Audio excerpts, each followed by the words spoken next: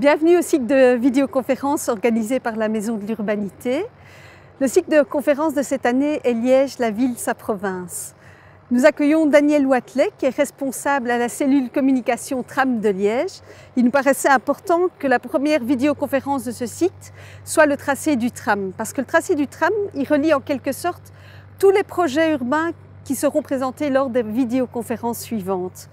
Donc lors de ces prochaines vidéoconférences, on s'arrêtera sur le site du Val-Benoît, qui est un site de développement économique important au sud de Liège, en bord de Meuse. On s'arrêtera ensuite sur l'esplanade de Liège-Guimain. Donc l'axe Guimain-Médiacité présente un pôle de développement culturel, touristique et économique important pour la ville de Liège. En 1967, la cité administrative au centre de Liège est construite. Elle fait l'objet aujourd'hui d'une rénovation importante qui tend vers zéro carbone. Ce sera une tour à la pointe de la technologie et de l'environnement de demain. Ensuite, nous quitterons un instant le trajet du tram pour traverser le pont Saint-Léonard pour nous rendre sur le site de Bavière. Le site de Bavière présente un enjeu immobilier ambitieux qui prévoit du logement, des équipements paramédicaux et sportifs, mais surtout un pôle culturel provincial majeur. Et enfin, on s'arrêtera au terminus du tram à Corommeuse et à Bressou. Nous verrons l'écoquartier de Corommeuse avec 1000 unités de logement et plusieurs équipements qui y sont prévus. Et enfin, nous nous arrêterons sur la terminus tram à Bressou où nous verrons la requalification du quartier de Droix. Mais laissons à présent parler M. Wathelet. Combien y aura-t-il de stations et quelle est la longueur de la ligne? Alors la ligne fait 11 km 7 avec ses embranchements. Il y a un dédoublement au centre-ville entre le quai de la Batte dans le sens pour sortir de la ville et quand on rentre on passera par Féronstrée. Ça fait 11 km 7 avec 23 stations. Pouvez-vous nous parler des mesures de mobilité qui seront mises en place parallèlement à l'installation du tram? Alors effectivement, le tram, ce n'est pas seulement un nouveau moyen de transport, c'est un moyen de transport qui va réorganiser l'ensemble du réseau des bus, mais qui va aussi jouer au maximum sur l'intermodalité avec d'autres modes. Alors, il y a bien entendu le train, quand on passera devant une gare comme celle de Guimain, mais il y aura aussi le vélo, les piétons, avec des parcours cyclables qui seront la plupart du temps le long du tram ou pas très loin. D'un point de vue du contexte historique, comment s'est déroulée l'apparition des trams à Liège? Il y a eu pas mal d'étapes, mais disons, juste avant la Deuxième Guerre mondiale, en 1939, il y avait 5 sociétés qui exploitaient 35 trams. Et puis, dans les années 60, on a décidé de passer tout à la voiture et considérer que le tram empêchait la circulation automobile. Donc, il y a eu une transition aussi vers les trolleybus, et puis uniquement vers les bus, et la disparition complète des trams en 1968. Et puis après, en termes d'organisation, il y a eu des fusions successives, la dernière étant celle entre la Stille et les chemins de fer vicinaux. L'installation du tram s'est mise en place dans d'autres villes en France ou à l'étranger. Dans quel état d'esprit sommes-nous ici à Liège? Et donc, bien sûr, c'est améliorer la mobilité, parce qu'il faut quand même rappeler d'abord que le tracé se fait sur l'axe le plus fréquenté de Liège, avec à certains endroits 40 000 voyageurs par jour. Donc le choix a été assez simple, c'est de mettre le tram en fond de vallée. Alors, au-delà de ça, comme on vient de parler du lien avec d'autres modes de transport, c'est pour permettre à chacun de faire son trajet idéal en fonction des moyens qu'il a à sa disposition, mais aussi c'est l'occasion de rénover l'espace public de façade à façade. Donc on ne fait pas que faire une plateforme pour le tram avec des stations et tout ce qu'il faut comme équipement, mais aussi une rénovation de l'espace public. Et au total, on va pouvoir comptabiliser environ 50 hectares d'espace public rénovés le long du tracé du tram. La mise en place du tram fait partie donc d'un projet de recomposition globale de l'espace public. Le but premier étant de redessiner l'espace public et de redistribuer la part modale des différents modes de transport autour de cette recomposition spatiale. Est-ce que vous pouvez un peu nous parler du choix des matériaux? Oui, donc En ce qui concerne le choix des matériaux, on verra plus tard, et on a fait 2 excellentes capsules avec mes collègues sur ça, mais en gros, le tram doit toujours s'intégrer à l'environnement dans lequel il est. Donc si on est en centre-ville historique, eh bien, les plateformes qui contiennent les rails seront en pavé, à d'autres endroits elles seront en herbé, à d'autres endroits encore elles seront en béton, et on va aussi jouer sur des coloris en fonction de l'endroit où on est. D'ailleurs, on va jouer sur les matériaux, mais on va aussi jouer sur le son et la lumière. Par exemple, les stations vont s'éclairer plus fort quand le tram va arriver, où il y aura des sons ou des musiques particulières pour annoncer l'arrivée du tram. Parce qu'on doit aussi penser à des gens, par exemple, malvoyants ou malentendants, et donc jouer aussi sur d'autres modes de communication pour annoncer l'arrivée du tram. En termes de végétation, on parle de plateforme verte. Quel type de végétation va être mise en place? Alors, le tram a quand même un avantage, c'est qu'à Liège, en tout cas, il n'y a pas d'expropriation ni de démolition liée directement au tram. Par contre, pour les arbres, pour certains, ils étaient encombrants et donc on doit les remplacer par d'autres. En gros, on va en retirer 450, ça a déjà commencé, mais ils vont être remplacés par à peu près le double d'arbres, avec un choix d'espèces locales aussi, une variété, et notamment aussi des espèces mellifères. Comme ça, il y a aussi une approche plus écologique. Et cette verdurisation de la ville est aussi une contribution du tram à des plans plus larges de la ville de verdurisation, à créer de l'ombre notamment, et donc à rafraîchir les villes, parce que tout le monde sait que les villes avec trop de béton chauffent, et en période de canicule, ça a beaucoup d'incidence sur notre qualité de vie. Nous avons également remarqué que certains tronçons ne comportent pas de caténaire. Est-ce que vous pouvez nous expliquer? Donc il y a des tronçons pour des raisons essentiellement paysagères, pour ne pas encombrer la vue ou l'espace public, notamment entre Le Mans et Blondène, donc notamment quand on va passer sur l'esplanade des Guillemins, il n'y aura pas de ligne aérienne de contact et le tram fonctionnera sur des batteries qui se rechargent assez vite, mais se déchargent aussi assez vite. Il y aura la même chose sur la section Opéra Déporté, donc en gros l'hypercentre, et une troisième zone qui est le pont Atlas, où on a fait le choix de ne pas mettre de ligne aérienne de contact sur un pont. Pouvez-vous nous parler de l'endroit où nous nous situons et ce qui est prévu sur ce site? Alors, ce site, c'est le CDMR, ça veut dire Centre de maintenance et de remisage. Donc, comme son nom l'indique, c'est ici qu'on va entretenir le tram, réparer, assurer la maintenance, le laver. Il y a un car wash pas très loin. Et c'est là où se trouveront toutes les équipes de maintenance, d'entretien. Et il y aura aussi un parking relais, on est juste derrière. Et tout au bout de cette ligne, on trouvera le dispatching où l'ensemble de la gestion du réseau tram et bus va être géré à partir de cet endroit. Réseau de bus, je ne l'ai pas dit, mais qui va lui-même être réorganisé autour du tram. Vous nous avez parlé de capsules vidéo réalisées à RTC Télé-Liège. En quoi consiste-t-elle?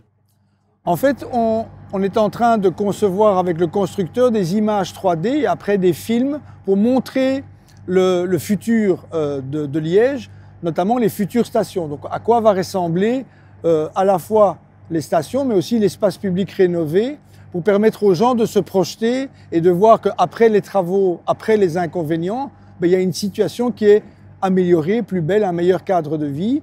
Et donc on a fait 2 capsules commentées d'une part par un de nos urbanistes et d'autre part par le conseiller en mobilité de la ville de Liège.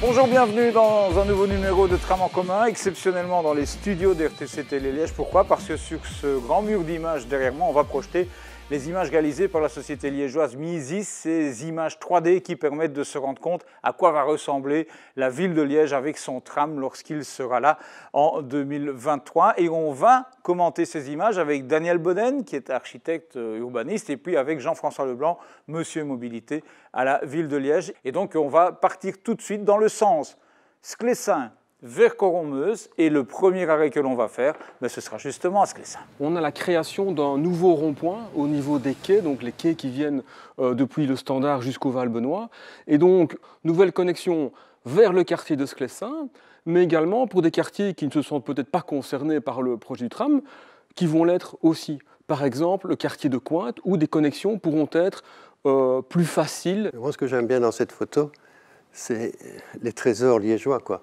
On a un pont qui fait 18 arcades et qui permet au train de remonter sur les collines. On a un véritable porte-avions là, et puis une version d'ensemble. Et la station des modeleurs s'installe sur ce parcours. Et vous voyez que c'est à cet endroit qu'on revient parallèle au train. Donc il y a une convergence, on quitte le milieu urbain et bâti et on revient parallèlement au rail. La place généralement, on le voit, doit accueillir énormément de fonctions. Donc le pari était de pouvoir intégrer l'ensemble des fonctions attendues avec à la fois du maintien d'une circulation évidemment générale, de stationnement, mais également, on le voit, l'intégration d'accès vers les quais avec des normes adaptées aux personnes à mobilité réduite, l'abaissement des bordures, les rampes qui permettent à tout un chacun d'aller de manière très confortable et sécurisée vers des quais qui sont communs. Mais le tram a pris l'extérieur de la place, et tandis que les bus sont au milieu. C'est très curieux, mais c'est une question d'organisation et de rayon de courbure qui nous a permis de définir cette organisation. Mais ça marche très bien. Il y a énormément de bus qui vont décharger ici et on va avoir un transfert vers le tram. Donc c'est une station, c'est une des plus grosses stations. Initialement, le tram se baladait à la place des bus, et spécialement sur le boulevard d'Avroy. Et on a pensé passer entre les arbres. Et finalement, en mesurant et recontrôlant tout, on s'aperçoit qu'on n'a pas les distances de sécurité entre le tronc et le tram. Donc on a renoncé à passer là et on l'a finalement dédicacé au vélo. Et à partir de ce moment-là, on a tenu un raisonnement tout à fait différent. On s'est dit qu'il y a au fond, avenue Blondin, on pourrait aussi garder les vélos au milieu. Et on a volontairement alors incliné la station pour être près de l'entrée de la rue des Guillemins. Et ici, on a vraiment un bel exemple de ce que le tram permet comme réaménagement. Le tram va permettre des continuités pour les piétons, pour les cyclistes. Dans mon dos, je vais dire, on va jusque la gare des Guillemins et au-delà, on va aller jusqu'au pont d'Avroy avec des aménagements continus pour les piétons et les cyclistes, avec toujours cette perspective de séparation dès que les largeurs sont suffisantes pour que tout un chacun trouve sa place dans l'espace public. Ce parcours-là sera très agréable parce qu'on est légèrement en surplomb par rapport au parc et on ne gêne pas les voitures qui sont à droite. Donc on longe le parc et on arrive ici tout naturellement. Pour nous, c'est important d'adapter chaque fois la station au site. Et il y a des fois, par exemple au Val-Benoît, on est très, très coincé là. C'est sûrement la partie, la station la plus étroite. Mais ici, on a toute la place, quoi. C'est vrai, c'est le cas de le dire. Autant donner de l'ampleur et de l'aisance et que le tram soit en fait sur la place. C'est ça, notre souci, c'est de toujours donner l'impression que le tram traverse la place. Depuis l'avenue Rogier, on a une réduction alors qui a été calculée, qui a été légitimée par le fait qu'on a un transport en commun de grande capacité. Et donc oui, une forme d'entonnoir un petit peu, à savoir que plus on arrive vers le centre-ville, plus à un moment on doit redonner des espaces de qualité pour les modes alternatifs à la voiture et les espaces publics pour rendre notre ville toujours un peu plus jolie, agréable. La première station quasiment de l'hypercentre autour du piétonnier, donc elle est très utilisée, notamment par beaucoup d'étudiants. On a des gros pôles scolaires. Et donc la station tram est un petit peu reculée en fait par rapport au carrefour Pont d'Avroy. Pourquoi? Parce que pour le confort à la fois des utilisateurs, mais également de tous les utilisateurs, c'est plus intéressant évidemment d'avoir un arrêt en ligne droite. C'est en fait le départ du parc. Hein. Donc la petite bretelle ici qui va vers la rue Saint-Gilles nous donne le départ pour tout un espace parc. Et on essaye de reconstituer le parc et donner l'impression de parc en profitant de la station. Et vous voyez qu'on va replanter assez bien d'arbres et on va recréer cette liaison vers le parc d'Avroy. La station Léopold est une des 4 gares qui entourent la place Saint-Lambert et qui a pu décharger la place d'une grande quantité de bus. Et on a créé cette petite antenne qui permet aux bus de boucler sans rentrer nécessairement sur la place. Et c'est très important parce que ça permet aux Liégeois de se débarquer, de se promener, de visiter un peu et de marcher un peu. Pour nous, c'est intéressant que les gens marchent. Et depuis lors, dès qu'on a créé cette gare, c'est très symptomatique. Et depuis qu'on sait que le tram arrive, j'attire l'attention sur tous ces immeubles. Ils ont tous été retapés. C'était des ruines et maintenant ça devient des petits palaces. Toutes les lignes de bus qui viennent de l'est, de l'ouest des Coteaux continue à rentrer évidemment dans le centre-ville. Et ici, on a la gare des bus Léopold avec la ligne 10, qui est peut-être la ligne principale, hein, qui vient de Fléron et qui traverse Outre-Meuse. Cette ligne va rester et va permettre à ces quartiers d'être toujours en connexion avec le centre-ville, mais également d'avoir des points de correspondance avec le tram. Et aussi la rue Léopold qui sera remise à l'horizon de la mise en service du tram, et peut-être un peu même avant, à double sens, pour avoir cette connexion rive gauche, rive droite. On est dans une piétonisation complète de ce cœur historique. On voit, alors c'est une image de synthèse, mais moi je suis convaincu qu'on va retrouver cette vie très prochainement dans la rue Féronstrée, avec les badauds, avec des espaces, avec des jeunes qui se baladent, une vraie vie urbaine. L'ambiance changera très fort. Je crois que tout ça sera un bénéfice aussi. Et je crois aussi que ça fera du bien à tous les commerces. Il y a un moment difficile à passer pour ces commerçants, mais après je crois que ce sera tout bénéfice. On est très content que les travaux de la cité administrative et des îlots qui sont adjoints, je crois que tout ça va... C'est un nouvel élan, quoi. C'est un espace qui va changer très fort parce que la piste vélo arrive ici et c'est le vrai départ des vélos, alors jusque Visé. Hein. Peut-être que certains Liégeois vont dire où suis-je ici par rapport aux espaces. C'est vrai qu'on a une reconfiguration extrêmement forte des lieux. On va vers Coron-Meuse, donc on a repartagé l'espace public. Aujourd'hui, c'est une mer d'asphalte. Vous avez un petit trottoir qui est là et tout le reste, c'est de l'asphalte. Sur le quai, l'automobiliste, il est côté habitation. Pourquoi côté habitation ? Parce que ça va permettre évidemment aux habitants du quartier de pouvoir utiliser toutes les transversales pour rentrer et sortir dans les quartiers sans devoir couper le tram ou sans devoir couper les espaces en bord de Meuse. Ça, c'est une logique un peu de mobilité, mais également pour le stationnement des riverains ou des visiteurs qui restent évidemment le plus proche possible des habitations. On est généralement à une bande par sens et du stationnement de chaque côté. Donc on veut montrer que c'est un boulevard urbain. C'est fini cet aspect autoroutier qui nous a pénalisés pendant tellement d'années. Ce que tous les Liégeois connaissent maintenant au niveau du quai de Rome, de tous les réaménagements qui ont été largement appropriés et qui, je pense, a fait plaisir à quasiment tout le monde, vont se prolonger littéralement jusqu'à Coron-Meuse. Donc tout ce qu'on a vraiment sur le quai de Rome, la philosophie a été de la prolonger jusqu'à Coron-Meuse.